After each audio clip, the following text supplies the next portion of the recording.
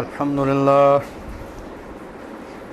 لله نحمده ونستعينه ونستغفره ونؤمن به ونتوكل عليه ونعوذ بالله من شرور أنفسنا ومن سيئات أعمالنا من يهده الله فلا مضل له ومن يضلله فلا هادي له وأشهد أن لا إله إلا الله وحده لا شريك له وأشهد أن محمدا عبده ورسوله صلى الله عليه وآله وسلم.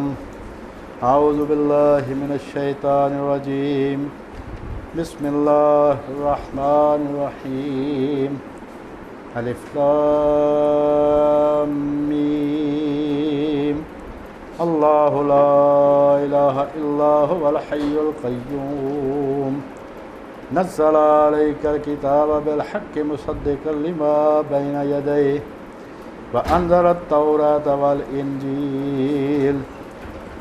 أما بعد فإن خير الحديث كتاب الله وخير الهدي هدي محمد صلى الله عليه وآله وسلم وشر الأمور محدثاتها وكل محدثة بدعة وكل بدعة ضلالة وكل ضلالة في النار.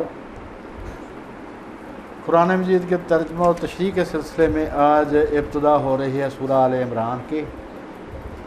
اللہ پاک کے فضل اور کرم سے سورہ بقرہ جو تھی وہ تقریباً 1 سال لگا وہ مکمل ہو گئی. اللہ پاک نے فرمایا ہے الف لام میم، یعنی یہ سورت الف لام میم ہے. حروف مقطعات سورتوں کے نام ہیں.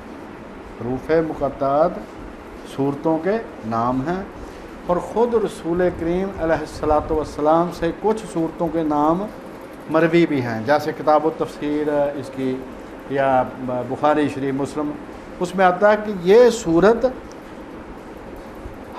الف لام میم البقرہ ہے، یہ سورت حامیم السجدہ ہے. جیسے سورتوں کے نام ہیں نا جی، اس طرح یہ جو الف لام میم یا حروف مقطعات یہ 27 سورتوں کے شروع میں آئے ہیں.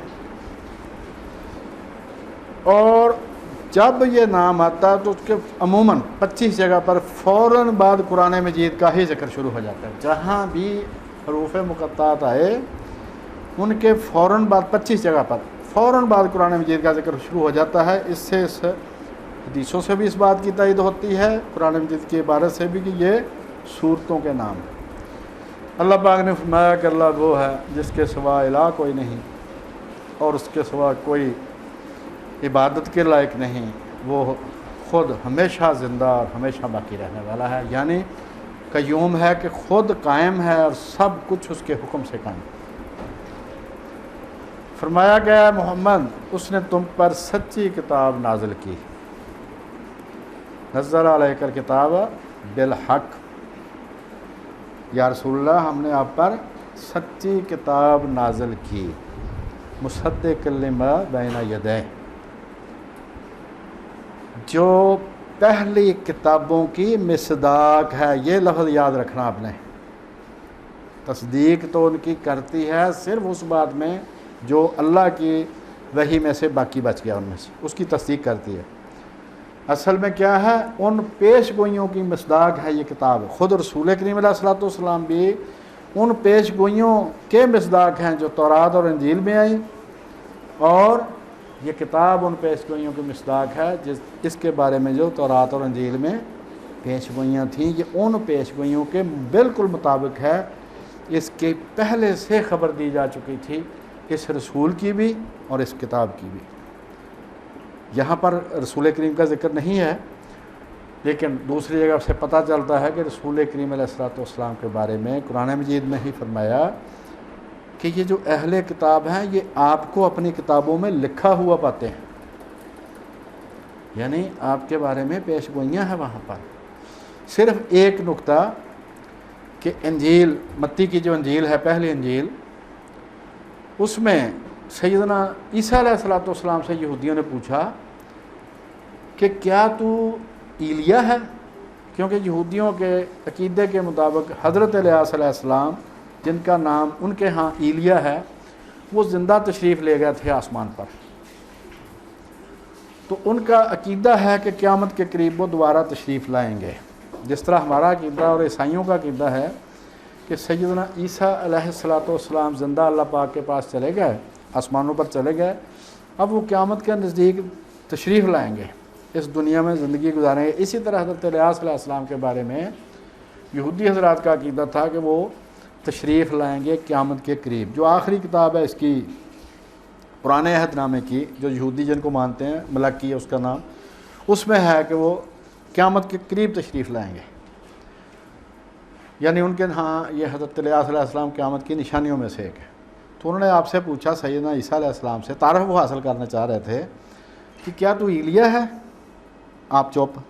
یہ انجیلوں کی میں بات کر، آپ نے تو بالکل جواب دیا ہوگا، خدا کے سچے رسول تھے، انہوں نے کیوں بات کو چھپانا تھا؟ جو اب عبارت ہے اس کے مطابق میں بات کر رہا ہوں۔ حضرت عیسیٰ ان ساری باتوں سے بری ہیں جو ان کے ذمہ لگائی گئی ہیں اس میں۔ انہوں نے پوچھا کیا تو ایلیا ہے؟ چپ۔ انہوں نے پوچھا کیا تو مسیح ہے؟ چپ۔ کیا تو وہ نبی ہے؟ یعنی رسول اللہ کا نام بھی لینے کی ضرورت نہیں تھی ان کو، اتنے مشہور تھے یہودیوں میں اور اس دور کے لوگوں میں پیش گوئیوں کی وجہ سے کہ صرف یہ کہہ دینا کافی تھا کہ وہ نبی۔ جیسے ہمارے ہاں کوئی واقعہ، خدا پناہ دے، جیسے کوئی زلزلہ آ جائے، بارش آ جائے، آفت آ جائے، تو سب بچے کو پتہ ہوتا تو اس کا بار بار نام نہیں لیتے، بس اتنا کہتے ہیں وہ دیکھا آپ نے کیا ہوا، یعنی سب کو علم ہوتا ہے کہ وہ واقعہ فلاں یہ ہوا۔ تو سیدنا رسول کریم علیہ السلام کے بارے میں ان کو اتنا زیادہ پتہ تھا، انہوں نے صرف یہ پوچھا کہ کیا تو وہ نبی ہے؟ تو اللہ پاک نے فرمایا کہ اے محمد صلی اللہ علیہ وآلہ وسلم، ہم نے آپ پر سچی کتاب نازل کی ہے جو پہلی آسمانی کتابوں کی پیشگوئیوں کی مصداق ہے۔ جو پیشگوئیاں اس سے پہلے تھیں ان کو اس کتاب نے آ کر سچا کر دیا کہ وہ پیشگوئیاں سچی تھیں۔ پھر فرمایا کہ اس کتاب سے پہلے اللہ پاک نے یہ تورات اور انجیل نازل کی تھی۔ یہ جو لفظ ہیں تورات اور انجیل، اس سے مراد وہ کتابیں ہیں جو حضرت موسیٰ علیہ السلام پر اصل حالت میں نازل ہوئی تھیں اور حضرت عیسیٰ علیہ السلام پر نازل ہوئی تھیں۔ جو اصل کتابیں تھیں ان کو اللہ قرآن مجید تسلیم کرتا ہے۔ جو موجودہ کتابیں ان میں حق اور باطل مکس ہے، انسانوں کی عبارات بھی اس میں ہیں، تو جو اللہ کا نام لے کر اس میں بات کہی گئی یا نبی کا نام لے کر، وہ تقریباً صحیح ہے، اس کی تصدیق کرتا ہے قرآن مجید۔ باقی جو ان کی اپنی عبارتیں ان کی تصدیق نہیں کرتا۔ لہٰذا موجودہ جو ان کے پاس نسخے ہیں اس کو تورات اور انجیل اس لحاظ سے کہتے ہیں کہ جس طرح دودھ خراب بھی ہو جائے، اب وہ دودھ نہیں رہا، ایکچولی کسی استعمال میں نہیں آئے گا، پھر بھی ہم اس کو کہتے ہیں دودھ۔ اس کو کہتے ہیں استصحاب، بطور استصحاب کہ جو اس چیز کی پہلے حالت تھی وہی نام اب بھی دینا۔ تو یہ جو تورات اور انجیل فرمایا کہ اس سے پہلے ہم نے نازل کی تھیں، یعنی وہ کتابیں جو اصل ان نبیوں پر نازل ہوئی تھیں۔ عیسائی حضرات کا خیال یہ ہے کہ حضرت سیدنا عیسیٰ علیہ السلام خود نعوذ باللہ خدا تھے، خدا کے بیٹے تھے، خود خدا تھے، ان پر کوئی کتاب نازل نہیں ہوئی، وہ خود انجیل تھے۔ انجیل کہتے ہیں خوشخبری کو، وہ کہتے ہیں وہ خود انجیل تھے، لہذا ان پر کوئی انجیل نازل نہیں ہوئی، وہ تو اس کے ہیں منکر۔ لیکن قرآن مجید کہتا ہے کہ سیدنا موسیٰ پر تورات نازل ہوئی تھی، سیدنا عیسیٰ علیہ السلام پر انجیل نازل ہوئی تھی۔ تو فرمایا کہ یہ مصداق ہے ان کتابوں کی جو تم سے پہلے نازل ہوئیں، یعنی تورات اور انجیل۔ اور فرمایا یہ کتاب کیا ہے؟ ہدی للناس، یہ لوگوں کے لیے ہدایت ہے۔ اور ہدایت کا آپ یہ سن لیں کہ جو سورۃ بقرہ کے شروع میں ہے ہدی للمتقین، قرآن مجید ہدایت ہے صرف ان لوگوں کے لیے جو خدا سے ڈرنے والے ہیں یا جن کو اپنی انجام کی فکر ہے۔ جس کو اپنے انجام کی کوئی فکر نہیں، خدا سے نہیں ڈرتا، اس کے لیے یہ کتاب ہادی نہیں ہے۔ لہذا فرمایا ہدی للناس، ان کے لیے ہے، تو سب لوگوں کے لیے ہدایت کا باعث ہے، لیکن ہدایت صرف اس کو ملے گی جو متقی ہے یعنی خدا سے ڈرتا ہے اور اس کو اپنے انجام کی فکر ہے۔ تو فرمایا ہدی للناس وانزل الفرقان، فرقان کہتے ہیں حق اور باطل کو الگ الگ کرنے والی، حق اور باطل کو الگ الگ کرنے والی جو چیز ہے اس کو کہتے ہیں فرقان۔ اسی طرح جنگ بدر والے دن، اس دن کو بھی اللہ پاک نے یوم الفرقان فرمایا ہے، یعنی اس دن حق اور باطل اللہ نے الگ الگ کر دیا۔ ان الذین کفروا بآیات اللہ لہم عذاب شدید واللہ عزیز ذو انتقام، جن لوگوں نے اللہ کی آیات کا انکار کیا، ان سے کفر کیا، ان کے لیے شدید عذاب ہے، اور اللہ بہت زبردست ہے، اور اللہ سخت انتقام لینے والا ہے۔ یعنی جو کافر ہیں، جو انکار کرتے ہیں ہمارے آیات کا، وہ یہ نہ سمجھیں کہ ہم نے کسی عام ہستی یا کسی کمزور کی بات کو نہیں مانا تو خیر ہی خیر ہے۔ فرمایا کہ وہ سب سے طاقتور ہے، انتہائی سخت انتقام لینے والا ہے، لہذا جو بھی ہمارے آیات کا انکار کریں گے ان سے وہ سخت انتقام لے گا۔ پھر فرمایا کہ اللہ ایسا خبیر اور بصیر ہے، ان اللہ لا یخفی علیہ شیء فی الارض ولا فی السماء۔ کافر یہ نہ سمجھے کہ ہم نے انکار کیا ہے تو اللہ کو پتہ ہی نہیں چلے گا۔ فرمایا وہ زمین و آسمان میں خبیر بھی ہے، بصیر بھی ہے، اس کو خبر بھی ہے، دیکھتا بھی۔ اور فرمایا کہ وہی تو ہے جو ماں کے پیٹ میں جیسی چاہتا ہے تمہاری صورتیں بناتا ہے، لا الہ الا هو العزیز الحکیم، اس طاقتور اور دانا کے سوا تمہارا کوئی الہ نہیں، ماؤں کے پیٹوں میں جس طرح کی چاہتا ہے وہ تمہاری شکل بناتا ہے۔ یہ سارے لفظ رد ہیں مختلف مشرک اقوام کے عقائد کا، جیسا کہ ہندوؤں کا عقیدہ کہ فلاں دیوتا جو ہے نا وہ ماں کے پیٹ میں صورت گری کرتا ہے۔ اللہ نے فرمایا کسی کا یہ کام نہیں ہے، میرا کوئی شریک نہیں ہے، صرف میں ہی یہ سارے کام کرتا ہوں۔ هو الذی انزل علیک الکتاب منہ آیات محکمات ہن ام الکتاب واخر متشابہات۔ اللہ پاک نے فرمایا وہی ہے، یعنی صرف اللہ ہی ہے جس نے یہ نازل کی ہے، کسی اور کی طرف سے یہ کتاب نہیں ہے، یعنی اس کی شان بہت بڑی ہے، یہ اللہ کی طرف سے نازل ہوئی ہے۔ اس کی فرمایا بعض آیات محکم ہیں اور وہی اصل کتاب ہیں، یعنی کتاب کی جڑ اور بنیاد وہ آیات ہیں، اور کچھ آیات متشابہات ہیں۔ اب اس کو ذرا غور سے سن لیں، محکمات اور متشابہات، یہ عام لوگ کنفیوز ہو جاتے ہیں۔ محکم کہتے ہیں ان آیات کو جو اس زندگی میں پیدا ہونے سے لے کر فوت ہونے تک کا جو درمیانی وقفہ ہے، انسان کے بارے میں جو حکم احکام ہیں، پرانی قوموں کے قصے ہیں، یہ سارے محکمات ہیں، ان کا کوئی دوسرا معنی نہیں ہو سکتا۔ پیدا ہونے سے لے کر انسان کے فوت ہونے تک جو وقفہ ہے، اس کے بارے میں قرآن مجید کے جتنے احکام ہیں، پرانی قوموں کے جتنے قصے ہیں، جو نصیحت ہے، وہ ساری کی ساری محکم آیات ہیں، ان میں کسی قسم کی کوئی غلط فہمی کا امکان نہیں ہے۔ جو فوت ہونے کے بعد، انسان کے فوت ہونے کے بعد جو اگلے جہان کے سارے معاملات ہیں، ان کے بارے میں جتنی آیات ہیں وہ ساری متشابہات۔ متشابہات کا دوسرا معنی ہے ایک دوسرے سے ملتی جلتی۔ قرآن مجید میں دوسری جگہ فرمایا گیا اگر قرآن خدا کے علاوہ کسی کا کلام ہوتا تو تم اس میں بہت سا تضاد پاتے، یعنی کنٹراڈکشن ہوتی ہے اس میں۔ قرآن مجید میں کوئی کنٹراڈکشن نہیں ہے، اس سے پتہ چلتا ہے یہ صرف خدا کا کلام۔ متشابہات ایک دوسرے سے ملتی جلتی، پورا قرآن مجید ایک آیت دوسری آیت کی تائید کرتی ہے، ایسا نہیں ہے کہ وہ اس کی مخالفت کرے گا، ادھر کوئی حکم دے دیا ادھر کوئی حکم دے دیا، ایسا نہیں، اس میں کوئی تضاد نہیں۔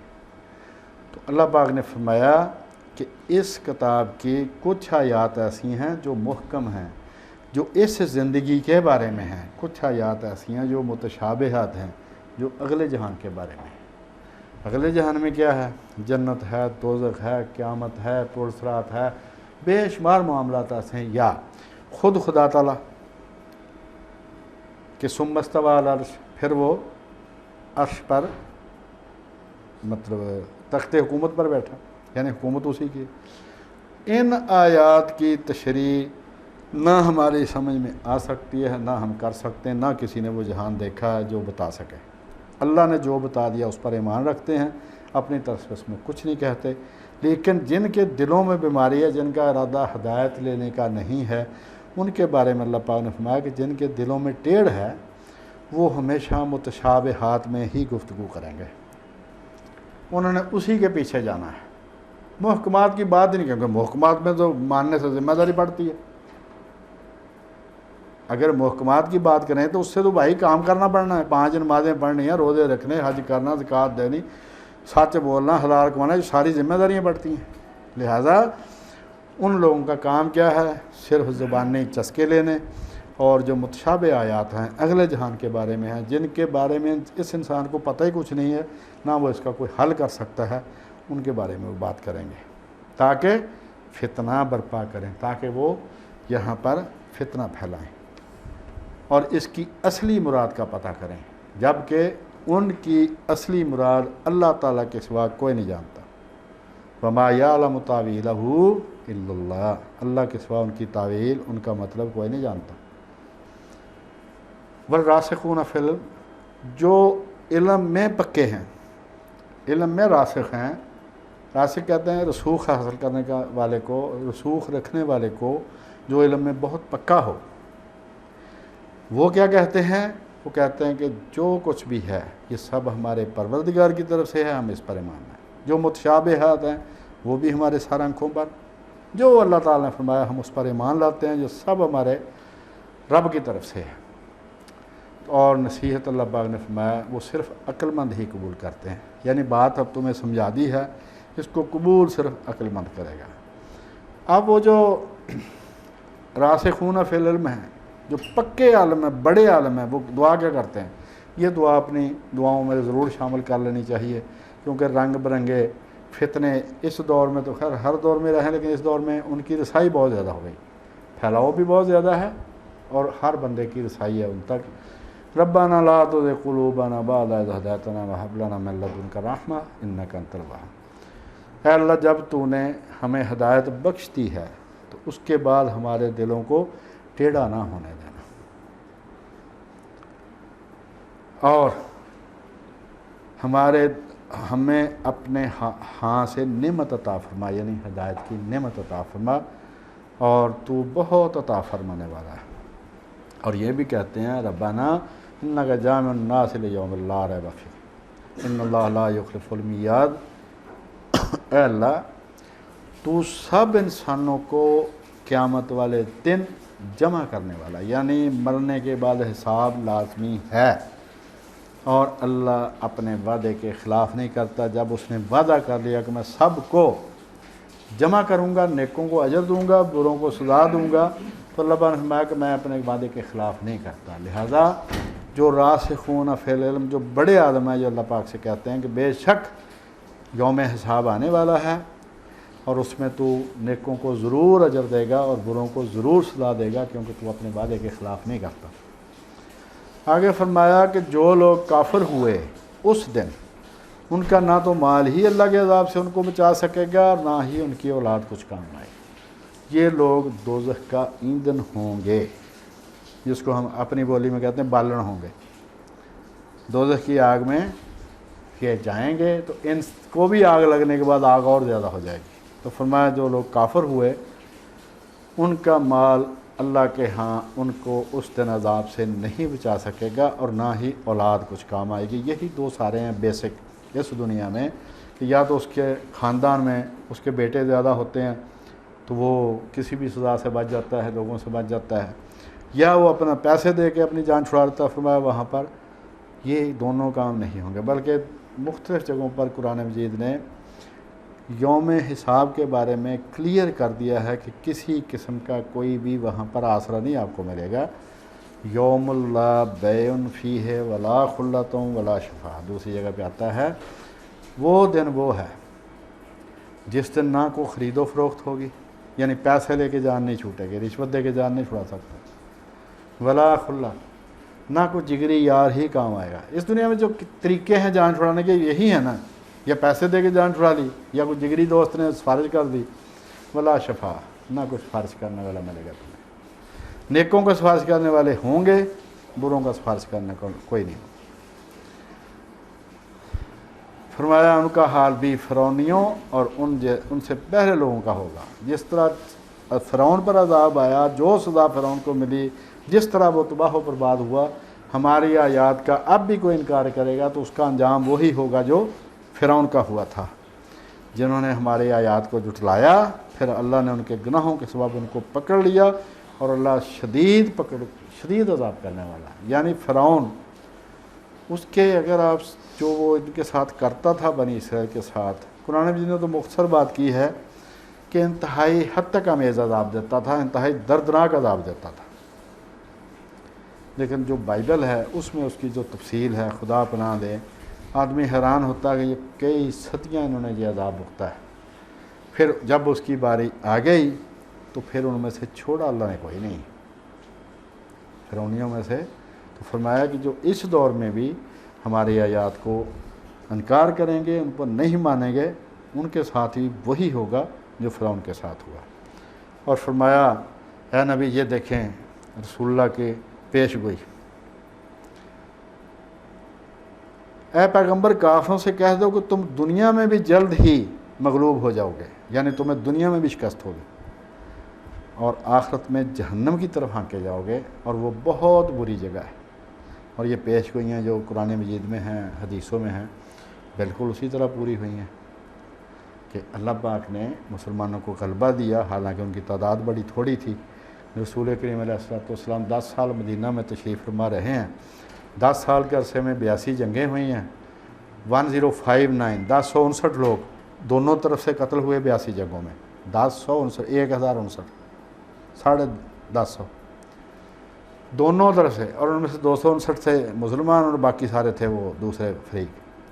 اور یہاں پر ایک جنگ عظیم جو پہلی ہے اور دوسری جنگ عظیم, دونوں کو ملا کے 8 کروڑ قتل ہوئے ہیں.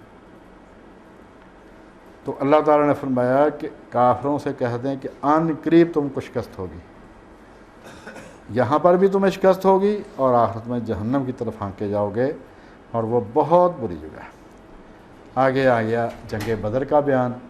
تو اللہ پاک نے فرمایا کہ تمہارے لیے 2 گروہوں میں سے جو جنگ بدر کے دن آپس میں بڑھ گئے, اللہ تعالیٰ کی قدرت کی عظیم نشانی. ایک گروہ مسلمانوں کا تھا, وہ اللہ کی راہ میں لڑ رہا تھا, اور دوسرا گروہ کافروں کا تھا, ان کو اپنی آنکھوں سے 2 گنا مشاہدہ کر رہا تھا. اور اللہ اپنی نصرت سے جس کو چاہتا ہے مدد دیتا ہے. جو اہل بصارت ہیں ان کے لیے اس واقعے میں بڑی عبرت. جنگ بدر جب ہوئی ہے تو مسلمان تھے 313 315 یا 16 اتنے تقریباً. کافر جو تھے وہ 950 کے قریب تھے.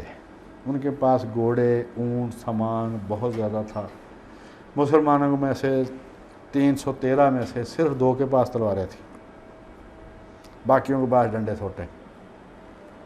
تو جب جنگ ہونے والی تھی تو اس وقت اللہ نے اپنی قدرت سے مسلمانوں کو کافروں کی نظر میں دگنا کر کے دکھایا. دوسری بات, آپ علیہ السلام نے ساری رات دعا کی. مسلمان کا ہتھیار صرف دعا ہے. جتنے بھی مادی اسباب ہوں ان پر ہم نہیں کرتے تکیہ, ان پر اعتماد نہیں کرتے. ہم اللہ تعالیٰ سے دعا پر اعتماد کرتے ہیں کہ دنیاوی اسباب بھی اختیار کریں گے, لیکن اصل کرنے والا کام وہ صرف تو نے کرنا ہے. حضور علیہ السلام نے ساری رات دعا کی. اس دعا میں آپ یہ فرماتے تھے کہ یا اللہ جتنے بھی مسلمان تھے اس وقت وہ سارے میں لے کے آ گیا ہوں. اگر یہ کل قتل ہو گئے تو دنیا میں تیرا نام لینے والا کوئی نہیں ہے. جب فجر کے تقریباً ٹائم ہونے لگا تو سیدنا ابوبکر جو پہرے پر باہر کھڑے تھے, انہوں نے کہا کہ یا رسول اللہ میرا دل کہتا ہے کہ اللہ نے آپ کی دعائیں قبول کر لی, آپ بے فکر رہیں, انشاءاللہ تعالیٰ اللہ پاک کرم کرے گا. تو پھر اللہ تعالیٰ نے, ان کا لشکر تھا 950 کا, 1000 تو بھیجا ہے فرشتہ. جو مسلمان تھے 313 ان کو 626 کر کے دکھایا, ان کو دگنا کر کے دکھایا. جب وہاں سے آرڈر آ گیا کہ ہم 1000 فرشتہ بھی بھیجیں گے, آپ بے فکر رہیں, انشاءاللہ فتح آپ کی ہوگی, تو اس وقت آپ نے اپنا عصا مبارک لیا، جو چھڑی تھی آپ کی، وہ لے کے آپ گئے ہیں میدان میں، آپ نے نشان لگائے اس میدان میں کہ یہاں پر ابو جہل قتل ہوگا، وہاں پر فلاں قتل ہوگا، وہاں پر فلاں کا. اور دیکھیں اس وقت جنگ، اس وقت بھی جنگ جو ہے چل پھر کے ہوتی ہے، مورچوں میں بھی ہوتی، لیکن اس وقت تو بالکل ساری جنگ ہی چل پھر کے ہوتی تھی، بھاگ دوڑ ہوتی تھی. اس کے باوجود ایک انچ کا فرق نہیں پڑا، جہاں جہاں رسول اللہ نے نشان لگایا تھا وہیں وہیں وہ سارے کافر قتل ہوئے. 70 قتل ہوئے، 70 گرفتار ہوئے، باقی بھاگ گئے، سامان ان کا ان کے ہاتھ میں آ گیا. تو جب جنگ شروع ہونے لگی ہے تو رسول کریم علیہ السلام نے ایک مٹھی وہاں سے ریت کی اٹھائی ہے اور شاہت الوجوہ کہہ کے ان کی طرف پھینک دی ہے. کوئی ایسا نہیں رہا جس کی آنکھ میں وہ ریت نہ گئی ہو. تو اللہ پاک نے فرمایا کہ یہ جو یوم بدر ہے نا، یہ کوئی عام دن نہیں تھا، یہ اللہ کی قدرت کی نشانیوں میں سے. یوم فرقان بھی دوسری جگہ اس کو کہا. 2 گروہ تھے اس دن، ایک گروہ اللہ کی راہ میں لڑ رہا تھا اور ایک گروہ کافروں کا تھا. ان کے ساتھ جو کچھ ہوا ہے اس میں اہل بصارت کے لیے بڑی عبرت ہے. یعنی جو لوگ نصیحت حاصل کرنا چاہیں ان کے لیے اس واقعہ میں بہت عبرت ہے کہ بھئی یہاں پر یہ مادی اسباب ہی نہیں، سارا کچھ صرف اللہ کی مدد جس کو ملے وہی. مثلا رسول کریم علیہ السلام ہجرت جب آپ نے فرمائی ہے، اس وقت مکہ والوں نے یہ ارادہ کیا، یہ طے کر لیا کہ اگر ایک گھرانے نے توبہ نعوذ باللہ رسول اللہ کو شہید کیا تو پھر ان سے تو وہ بدلہ لیں گے قریش ہاشمی. اب ایسے کرو کہ سارے خاندانوں میں سے ایک ایک آدمی ہو نوجوان، تو جتنے مکے کے خاندان ہیں سب میں سے ایک ایک نوجوان ہو، تاکہ سارے کے سارے بیک وقت آپ پر تلوار ماریں اور ہاشمی ان سے بدلہ نہ لے سکیں. اب سارے شہر تو سے نہیں لڑ سکتے.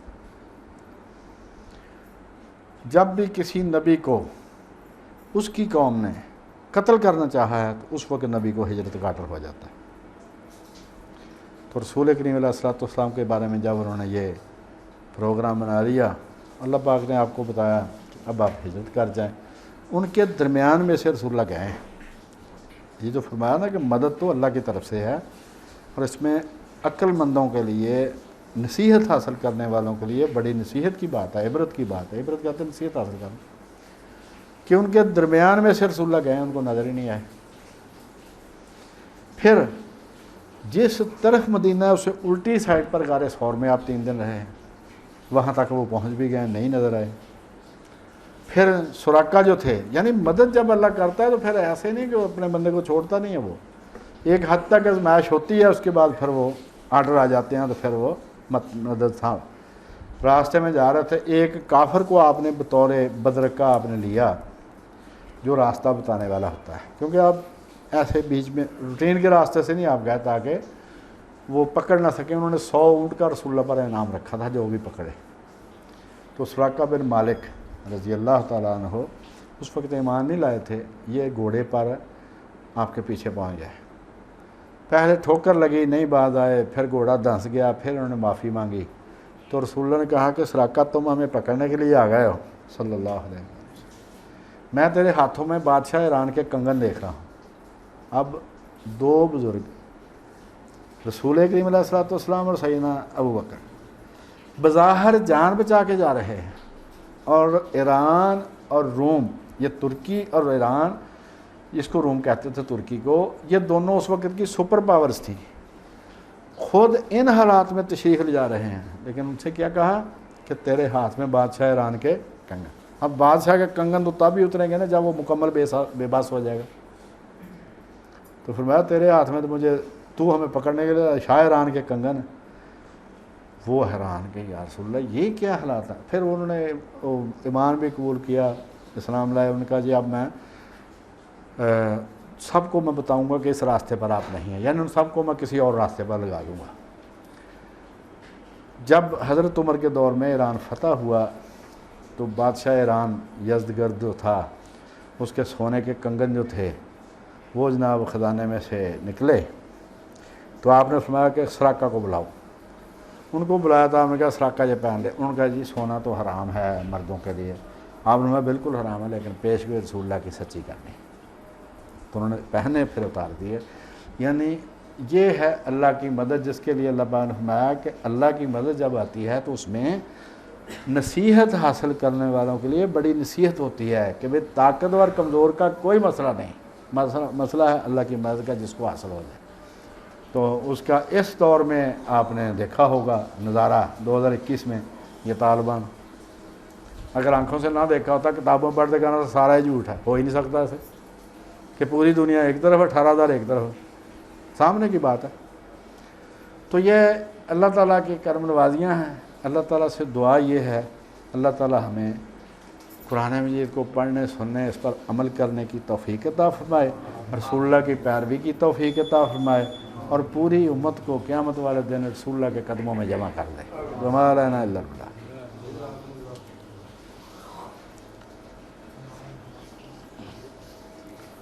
الحمدللہ رب العالمین الرحمن الرحیم، اللہم صلی علی محمد وعلی آل محمد وبارک وسلم وعلی سائر الانبیاء والمرسلین صلاۃ اللہ یحصیہا الا انت لا الہ الا انت سبحانک انی کنت من الظالمین۔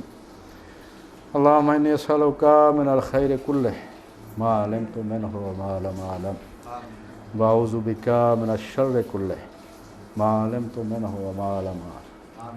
اللہم انی اسألک من خیر ما سالک منہ عبادک الصالحون واعوذ بک من شر ما استعاذک منہ عبادک الصالحون۔ ربنا آتنا فی الدنیا حسنۃ وفی الآخرۃ حسنۃ وقنا عذاب النار۔ ربنا وآتنا ما وعدتنا علی رسولک ولا تخزنا یوم القیامہ انک لا تخلف المیعاد۔ یا ذا الجلال والاکرام یا حی یا قیوم برحمتک نستغیث اصلح لنا شأننا کلہ ولا تکلنا الی انفسنا طرفۃ عین ولا الی احد من خلقک ابدا۔ صلی اللہ تعالی علی رسول خیر خلقہ سیدنا و مولانا محمد وعلی آلہ وصحبہ اجمعین برحمتک۔